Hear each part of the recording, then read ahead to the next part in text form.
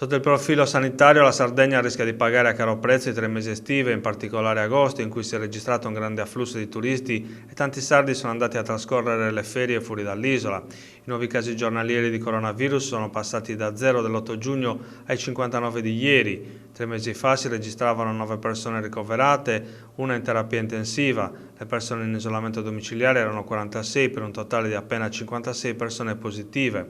A 3 mesi di distanza il quadro dell'epidemia è totalmente cambiato sotto il profilo numerico. I soggetti attualmente positivi sono 1142, i pazienti ricoverati in ospedale sono 46, cui si aggiungono 10 persone in terapia intensiva, mentre sono 1086 soggetti in isolamento domiciliare. A ieri le persone decedute erano 136. La situazione della pandemia è completamente diversa, con tanti positivi asintomatici e siamo in una nuova fase dell'emergenza sanitaria. Gli oltre 1000 positivi di settembre sono ben diversi dalle poche centinaia di marzo e di aprile, quando ancora non si conosceva l'evoluzione dell'epidemia. Lo sviluppo della curva epidemiologica impone però una seria vigilanza da parte delle autorità sanitarie.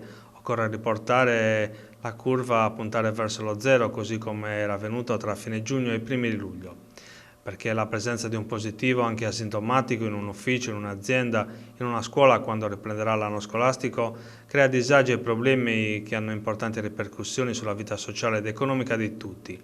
Pertanto occorre ripristinare le buone abitudini individuali e collettive che avevano azzerato l'epidemia in Sardegna: mascherina dove e quando serve, distanziamento sociale, comportamenti ligi alle regole anti-Covid in pubblico e in privato.